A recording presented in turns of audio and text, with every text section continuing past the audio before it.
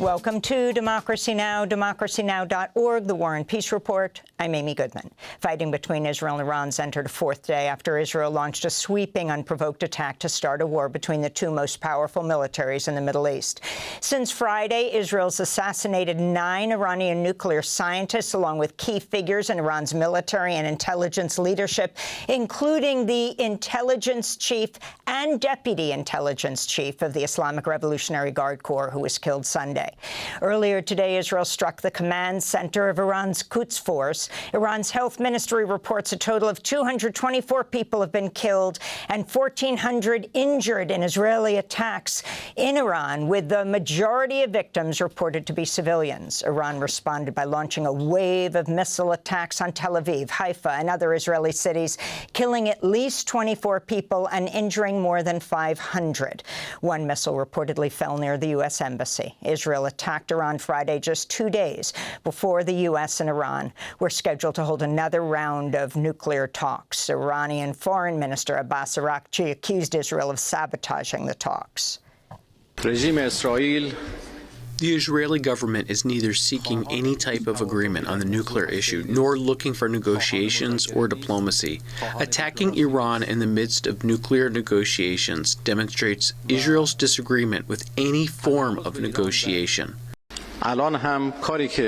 What has transpired now is precisely an attempt to sabotage diplomacy and negotiations, and we regret that the United States took part in it.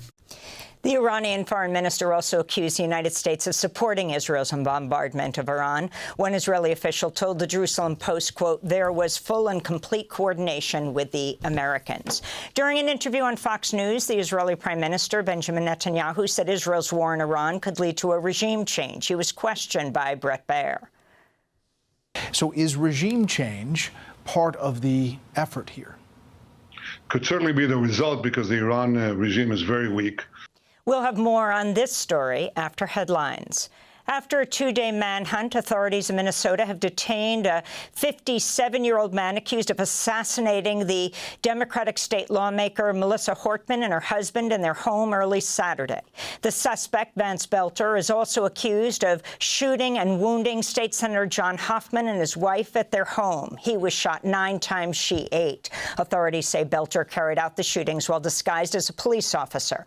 A hit list written by the gunman was later discovered. It contained the names of about 70 other potential targets, including other lawmakers and Planned Parenthood centers. Authorities also found flyers for Saturday's No Kings rallies, prompting many organizers in Minnesota to cancel the protests due to safety concerns, since at the time he was still on the loose.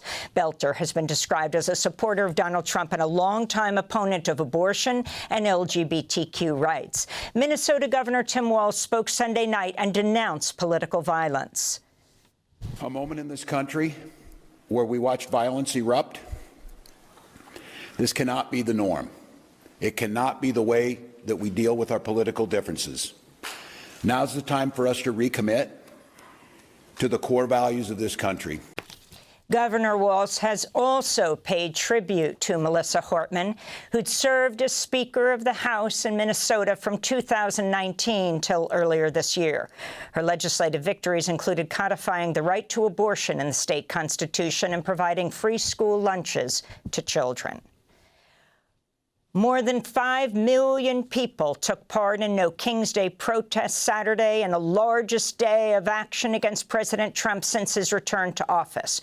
Protests were held in over 2,100 cities and towns. In Los Angeles, 200,000 people marched just days after Trump deployed the National Guard and Marines. In Philadelphia, over 100,000 people took to the streets. Democratic Congressmember Jamie Raskin of Maryland addressed the crowd.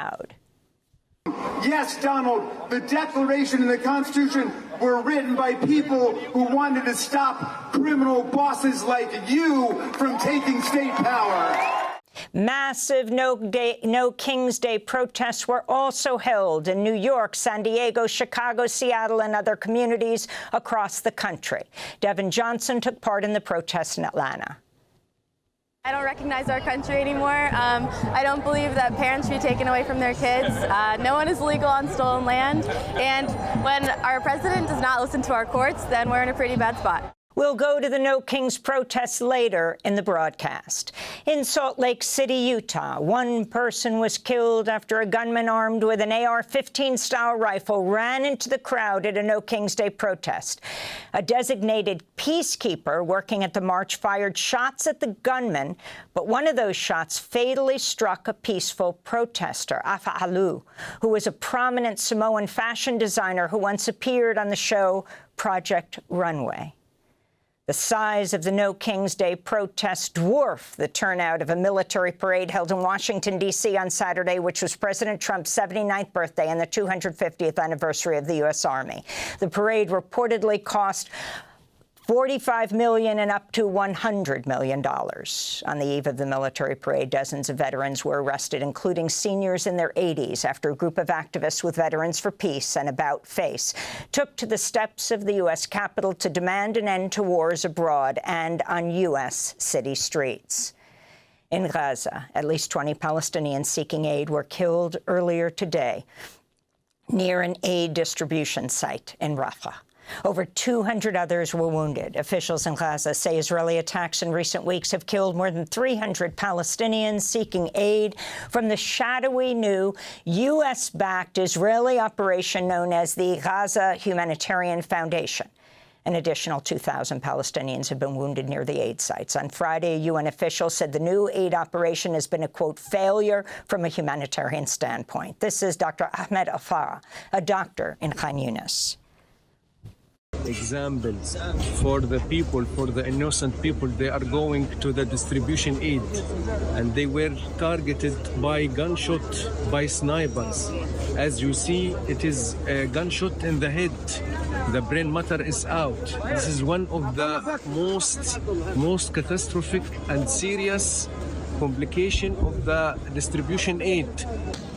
This comes as activists taking part in the global march to Gaza have been violently blocked by Egyptian authorities as they've attempted to make their way to the Rafah border crossing with Gaza. Since the international effort to break the Israeli siege launched last week, members of the convoy have been beaten, arrested, had their passports confiscated, and have been deported. Reports on the ground say thugs paid by the government of Abdel Fattah el-Sisi have attacked the convoy. The international group of thousands include members of the parliament from Ireland, Turkey, and South Africa. A video emerged over the weekend of the Turkish MP Faruk Dinç with a bloodied head following an attack on the convoy. Security forces in Libya have also blocked the activists. Massive marches in solidarity with the convoy and with Gaza took place over the weekend, including in Belgium, France, Brazil, the Netherlands, where about 150,000 rallied at The Hague. Meanwhile, the last 3 Gaza Freedom Flotilla activists in Israeli custody have been deported to Jordan. A federal judge Friday refused to release Columbia graduate Mahmoud Khalil from an immigration jail in rural Louisiana.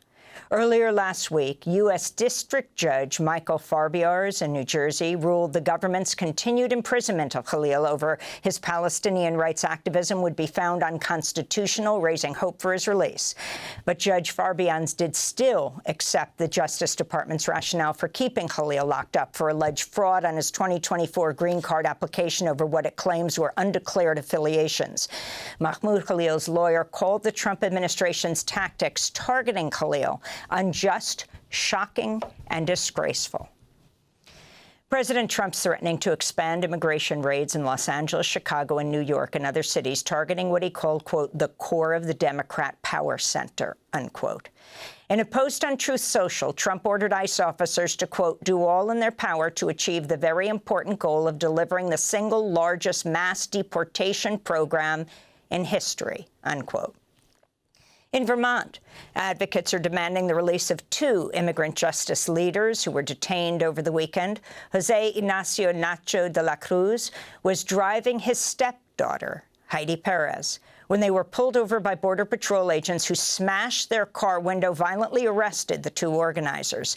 Both members of the farm workers-led group Migrant Justice now face deportation. De la Cruz has long been an advocate for workers' rights in the dairy and construction industries and has helped push for immigrant rights legislation in Vermont. Heidi Perez just graduated high school and has advocated for higher education for immigrant students in Vermont. The Trump administration is considering significantly expanding its travel ban to include nationals from another 36 countries. That's according to the Washington Post, which obtained a memo issued by the State Department. The countries that could face a full or partial ban include U.S. allies like Egypt, as well as another 24 African nations, including the Democratic Republic of Congo, Burkina Faso, and South Sudan.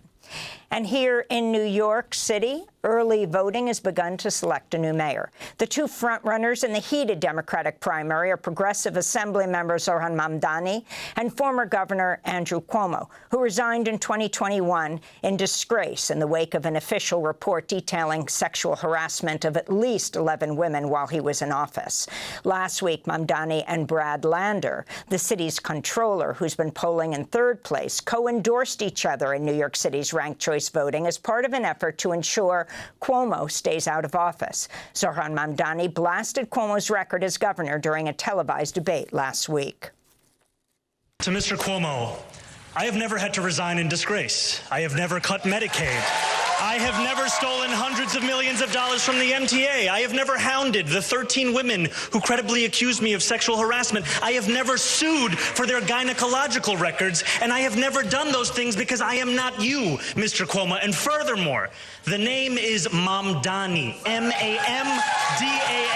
You should learn how to say it because we got to get it right. And those are some of the headlines. This is Democracy Now!, democracynow.org, the War and Peace Report. I'm Amy Goodman. Thanks for watching Democracy Now! On YouTube. Subscribe to the channel and turn on notifications to make sure you never miss a video. And for more of our audience-supported journalism, go to democracynow.org, where you can download our news app, sign up for our newsletter, subscribe to the daily podcast, and so much more.